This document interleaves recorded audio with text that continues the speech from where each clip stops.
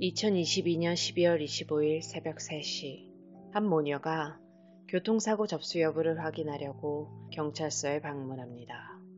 이 모녀는 남편이자 아버지인 60대 택시기사를 찾고 있었죠. 아내는 남편으로부터 교통사고가 나서 사고 처리 중이고 조사를 받고 있다고 연락을 받았지만 닷새가 지나도 남편은 돌아오지 않았어요.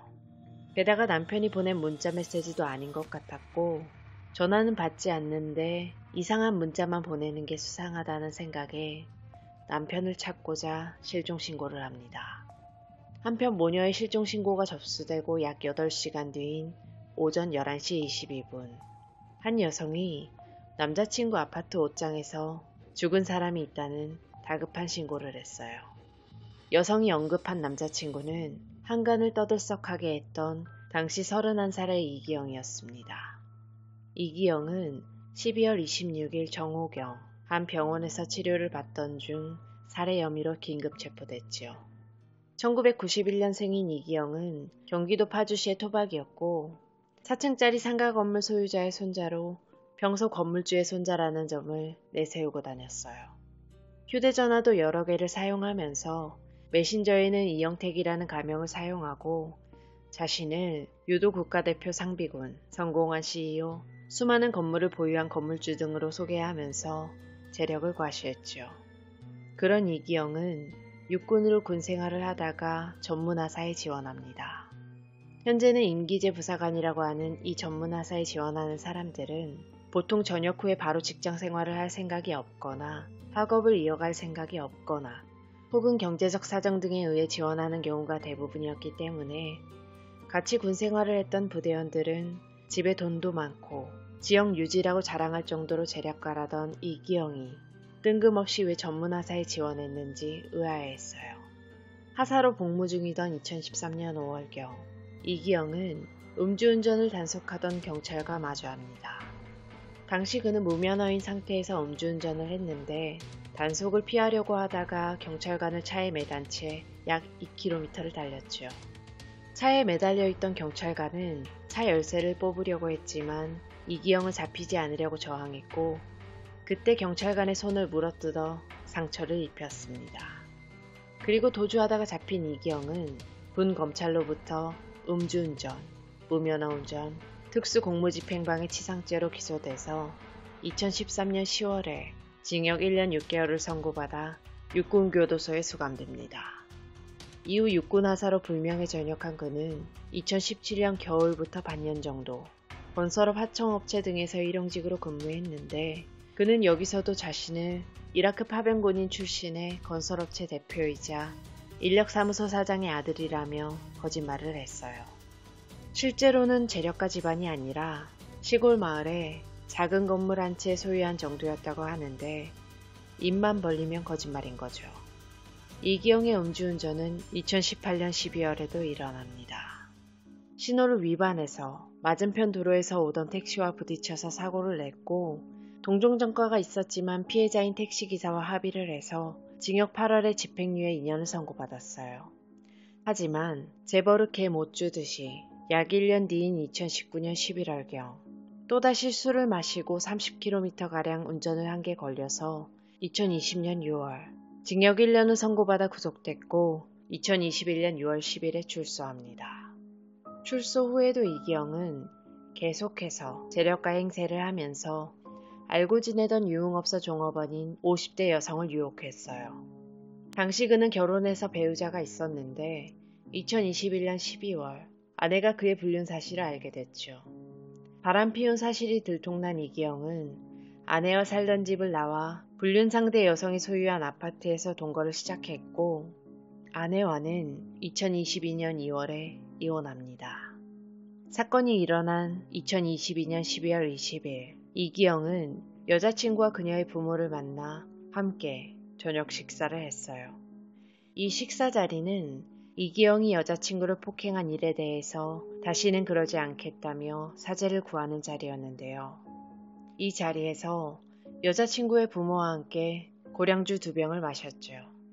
식사가 끝나고 이기영이 운전을 하려고 하자 여자친구가 말렸습니다.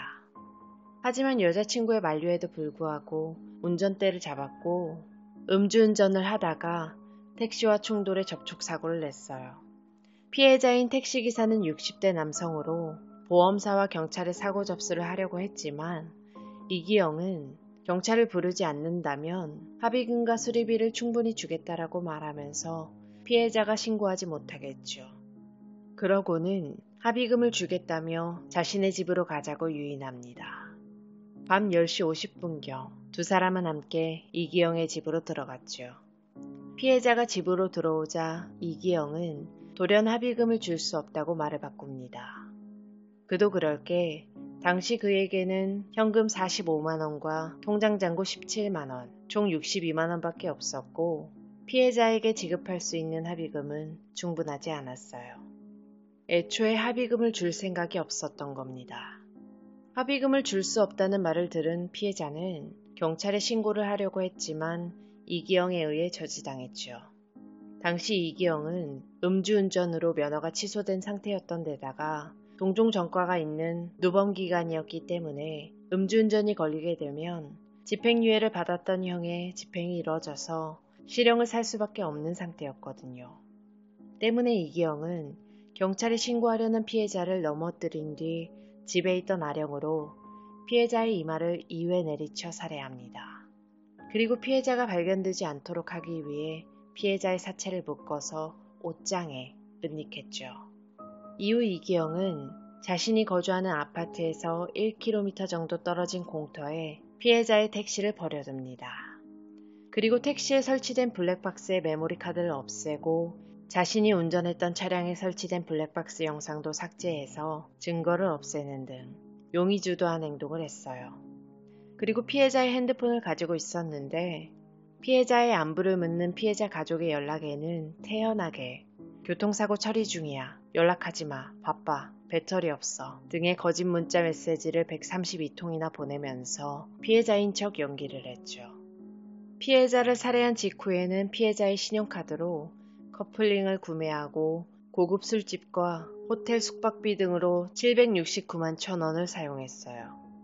게다가 피해자의 핸드폰을 이용해서 수천만 원의 비대면 대출을 받아서 사용하는 등 이기영이 피해자로부터 편취한 금액은 약 5,557만 원에 달합니다.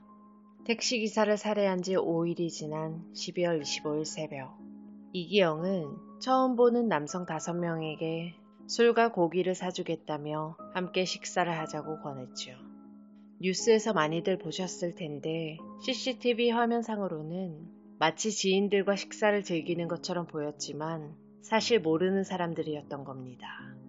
이기영은 이들과 함께 먹고 마시며 자신이 건물 8채를 갖고 있다고 또 본인의 재력을 과시했고 같이 일하자고 제안을 하면서 사람을 죽일 수 있냐고 묻기도 했어요.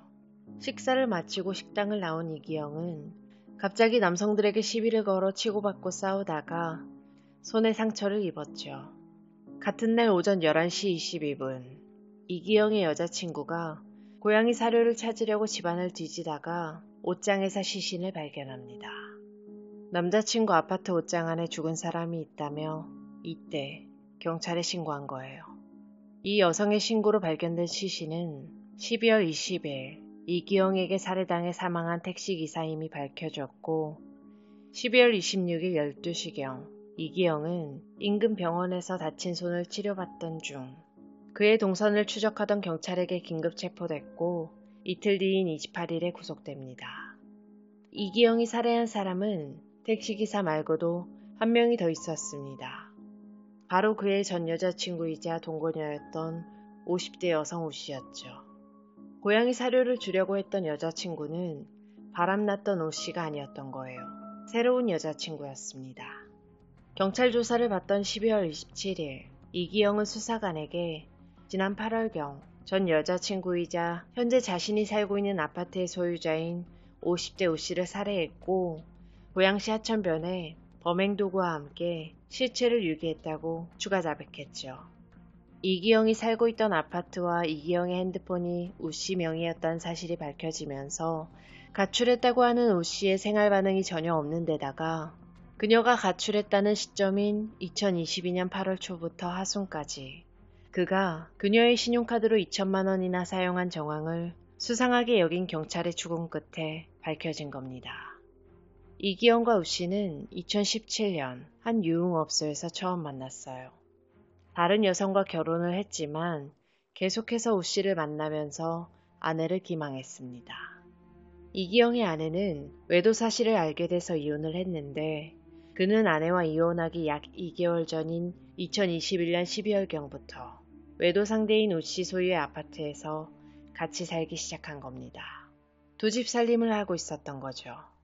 당시 변변한 직업이 없던 이기영은 아버지로부터 돈을 빌려서 생계를 유지하다가 나중에는 우씨에게 경제적으로 의존을 했는데요. 2022년 3월 우씨에게 유흥업소 일을 그만두라면서 3억 5,600만 원을 지급하겠다는 내용이 써있는 계약서를 썼죠. 하지만 무일푼이었던 그는 돈을 지급할 능력이 되지 않았고 이 무렵부터 우씨를 수시로 폭행하고 더 나아가 그녀의 지인까지 폭행했다고 합니다. 3억 5,600만 원은 우씨에게 야금야금 빌려갔던 돈들이 아니었을까 추측됩니다. 3개월 뒤인 2022년 6월에는 우씨 명의로 3,400만 원가량의 대출을 받아 그중 800만 원을 사용했고 지인들로부터도 수천만 원을 빌렸다고 합니다. 게다가 당시는 코로나19로 정부로부터의 지원금이 나오던 때였는데 이기영은 이 지원금도 받으려고 했어요. 매출이 있는 것처럼 허위로 세금 계산서를 발행해서 소상공인 지원금 총 1,000만 원을 받았죠. 하지만 그는 실제로 사업을 운영하지도 않았고 허위로 매출 세금 계산서를 발급했다가 부과된 360만 원의 체납 세금과 230만 원의 카드 연체 대금 등 경제적으로 심한 압박을 받고 있었어요. 그래서 이기영은 그녀의 행방을 찾는 사람이 없을 거라는 점을 이용해서 우씨의 돈을 사용하기로 합니다. 우씨는 고아 출신에 부모와 형제자매가 없었고 우씨를 키워준 다른 가족들과도 연락을 거의 하지 않는 상태였거든요. 그는 인터넷에 먹으면 죽는 농약, 제초제 먹었을 때 휴대전화 잠금 해제 방법 등을 검색하면서 우씨의 돈을 강탈하기 위해 살인을 계획했지만 생각과는 다르게 독극물을 손쉽게 구할 수 없어서 다른 방법을 사용합니다. 2022년 8월 3일 오후 우씨의 휴대전화와 신용카드 등을 강취할 목적으로 우씨의 머리 부위를 렌치로 10회 이상 내리쳐 살해했어요. 다음 날인 4일 우씨의 시신을 차량용 루프백에 담아 파주 공릉천 일대에 유기합니다. 그리고 범행 직후부터 10월 26일까지 85일간 우씨 명의로 상당 금액을 편취했죠. 유심칩을 바꿔 끼는 방법으로 휴대폰 잠금 해제를 시도했고 인터넷 뱅킹에 접속해서 우씨의 돈을 자신에게 이체하거나 물품을 구입해서 약 8,124만 원을 편취했어요. 또 우씨를 살해한 다음 날인 8월 4일부터 11월 13일까지 우씨의 휴대전화와 노트북을 이용해서 우씨의 메신저에 접속해 그녀가 살아있는 것처럼 생활 반응을 만들고자 그녀의 지인들에게 메시지를 전송하고 메신저 프로필 사진을 바꾸기도 합니다. 그리고 범행 이후 수일이 지나 파주 변사체, 공릉천 물 흐름 방향 등을 여러 차례 검색했고 시신 유기 장소 및 발견 여부를 검색한 사실도 있었죠. 2022년 11월에는 우씨 명의의 아파트를 처분하려고 매매계약서를 위조하고 이 매매계약서를 담보로 자신의 아버지로부터 1,000만 원을 빌려 사용하기도 합니다. 하지만 여전히 우씨의 아파트에서 살고 있었어요. 경찰은 추가 자백을 들은 2022년 12월 27일부터 우씨의 시신을 찾기 위해 이기영과 함께 현장을 찾아가서 시신 매장 위치를 확인하고 수중 수색, 드론 등을 동원하는 등 대대적으로 수색을 진행했지만 우씨의 시신은 찾지 못합니다. 2023년 1월 3일 이기영은 경찰에게 주는 마지막 선물이라며 우씨를 하천에 유기한 게 아니라 강가에 묻었다고 진술을 번복했어요. 3일 뒤인 1월 6일에 이루어진 현장 검증에서 그는 수갑을 찬 손으로 시신을 매장한 위치를 가리키고는 삽을 달라면서 삽을 반대로 뒤집어서 흙을 파내야 한다고 하기도 했습니다.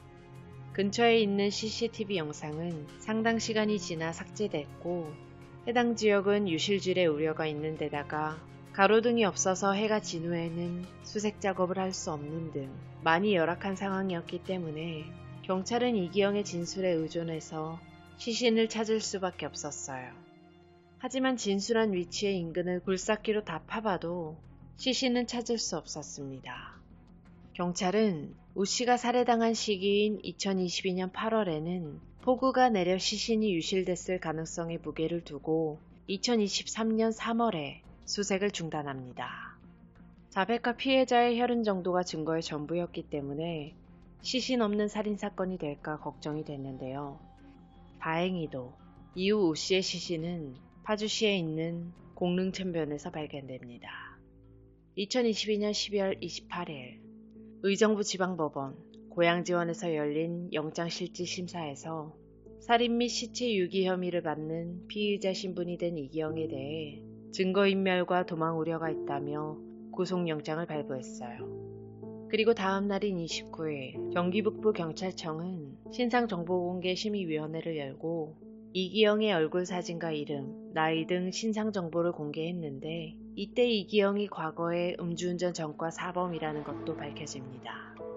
살해당한 택시기사와의 접촉사고도 포함한다면 음주운전 전과는 5범이 되죠. 경찰은 이기영이 거주한 우 씨의 집에서 남성 1명과 여성 1명의 혈흔을 추가로 발견했고 혈흔 외에도 다수의 여성 DNA가 발견돼서 추가 범행에 대한 의혹이 불거졌지만 국가수에서 관리 중인 미제 사건 DNA 중 이기영의 DNA와 일치하는 내역은 없다고 밝혀졌어요. 또한 이기영이 음주운전으로 구속되고 출소한 2021년 6월 10일경 이후로 관내에 발생한 미제 실종 사건에 대해서도 전수조사를 했지만 이기영과의 관련성이 없었고 주거지에서 발견된 여성 DNA는 추가 피해자가 있다고 볼 만한 단서는 없다고 밝혀졌죠. 첫 공판기일인 2023년 2월 22일 그는 변호인 2명을 대동했는데 변호인은 검찰의 공소사실에 이의 없이 모두 인정한다면서 피고인이 잘못을 뉘우치고 있고 피해 유족 측의 피해 보상을 위해 노력 중이라고 밝혔어요. 피해 보상이요. 이번에도 공탁금입니다. 유족은 공탁과 합의에 대해서 지속적으로 거부 의사를 명확히 밝혀왔지만 1심 재판부는 피고인이 자신의 죄를 인정한 점과 공탁한 사실을 참작해서 양형 이유로 들었죠. 이에 검찰은 다음 공판기일에 피고인이 범죄를 인정하지만 피해자의 돈으로 사치를 즐기면서 생활하는 등 절대로 용서받을 수 없는 범죄를 저질렀고 치밀하게 범행을 계획하고 범행 이후에도 주검을 유기해 자신이 피해자인 것처럼 행동하는 이기적인 모습을 보였다며 사형을 구형합니다. 하지만 재판부는 이기영에게 무기징역을 선고하고 30년간 전자발찌 부착을 명령했어요. 2023년 5월 24일 검찰은 이기영에게 사형을 선고해야 한다며 항소했지만 항소심 재판부는 사형을 선고하려면 이를 정당화할 수 있는 특별한 사정이나 객관적인 사실이 있어야 한다며 검찰의 항소를 기각합니다. 그가 저지른 잔인함 정도로는 사형 선고가 부당한가 봅니다. 이로써 이기영에 대한 형벌은 무기징역에 전자발찌 부착 30년으로 확정됐죠. 그는 주변 이웃들에게 선한 이웃이라는 평가를 받는 인물이었어요. 주변 이웃들의 진술에 따르면 평소 밝은 얼굴로 인사를 잘하는 청년이었고 매번 진돗개를 산책시키면서 엘리베이터에서 사람을 마주치면 개를 안쪽으로 치워주는 매너가 있던 사람으로 그저 조용한 사람인 줄 알았다며 살인사건의 범인이라 너무 놀랍다는 반응들이었죠. 이상하게 여기서 저는 강호순이 떠올랐습니다. 10명을 잔인하게 살해한 강호순도 강아지를 키우면서 이웃들에게는 친절한 사람으로 이미지 메이킹을 했던 연쇄살인마였거든요. 친절한 이웃인 줄로만 알았던 이기영은 우 씨를 살해한 이후 뻔뻔하게도 그녀의 옷과 화장품 등 물건은 그대로 두고 생활을 했고 우 씨가 보이지 않자 이웃 주민이 이기영에게 와이프 어딨냐고 물었는데 이에 그는 장모님이 치매에 걸려 아내는 병간호를 하러 갔다고 답했다고 합니다.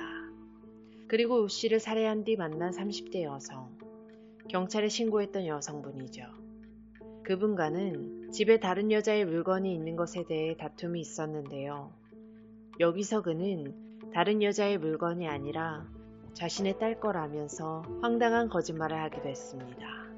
게다가 만나고 있던 여자친구 명의의 신용카드를 사용하면서 카드 대금을 연체하고 핸드폰 요금과 인터넷 요금은 내지도 못했죠. 즐기고 사치를 부리는 것 외에는 돈을 쓰지 않았습니다. 이웃들과는 그래도 거리감이 있어서 거짓말이 통했을지는 몰라도 동창이나 지인들에게는 거짓말이 금방 들통났어요. 학창 시절부터 거짓말을 자주 해왔고 성인이 된 후에도 어디까지가 진짜고 어디까지가 거짓인지 알 수 없는 거짓말이 반복돼서 친구들과 멀어졌다며 리플리 증후군이었던 것 같다는 동창의 인터뷰가 있었습니다. 그리고 한 지인의 말에 의하면 2022년 9월에는 부모님의 사망으로 큰돈을 상속받게 됐다며 자랑하듯 떠벌리는 일도 있었는데 그 모습이 정상적으로 보이지는 않았다고 하죠. 더 가관이었던 건 경찰에게 체포된 당일 오전 병원으로 이송하던 중 이기영은 구급대원에게 다친 상처를 보여주면서 5시간 동안 물고문도 당하고 파이프 폭행도 당했는데 그걸 견디다가 가까스로 탈출했다고 했고 살려달라고 외치면서 겁에 질린 척 연기도 했다고 합니다. 범죄심리학의 이수정 교수는 이기영에 대해 적어도 닷새 동안 집에서 시신과 함께 생활하고 그 집에 여자친구를 불러들인 것을 보면 희로애락의 감정이 일반인과 다르다며 사이코패스일 가능성을 열어둬야 한다고 말했고 범죄과학연구소의 표창원 소장도 택시기사를 살해한 지 닷새째에 아무렇지도 않게 사람을 죽일 수 있냐라고 타인에게 물은 것에 대해서 타인의 감정을 못 느끼는 사이코패스적 성향이 있는 걸로 봤다고 했어요. 대검찰청 통합심리분석 결과에 의하면 피고인 이기영은 자기중심성, 반사회성이 특징이고 본인의 이득이나 순간적인 욕구에 따라 즉흥적이고 이기적으로 행동하는 경우가 많으며 감정 및 충동을 조절하는 능력이 부족한 사이코패스 성향이 관찰됐고 폭력범죄의 재범 위험성이 높음 수준으로 평가됐죠. 우 씨와 여름휴가를 갔을 때 고양이를 수영장에 빠뜨려서 괴롭히는 영상도 발견이 됐는데요. 사이코패스 특징 중 가장 먼저 꼽히는 게 동물학대라며 동물학대는 연쇄살인 등 흉악범죄의 전조라고 전문가들은 진단했습니다. 이기영은 다시는 사회에 나와서는 안 된다는 얘기입니다. 그의 사이코패스 성향은 그가 살해한 택시기사의 금융거래 내역에도 나타났어요. 택시기사를 살해한 뒤 피해자 계좌에서 자신의 계좌로 돈을 이체하면서 이체 메모에 아버지상이라고 메모해서 피해자와 가족들을 우롱하기도 했죠. 검찰 전담 수사팀은 피해자 유족들에게 장례비 및 긴급생계비를 지급했어요.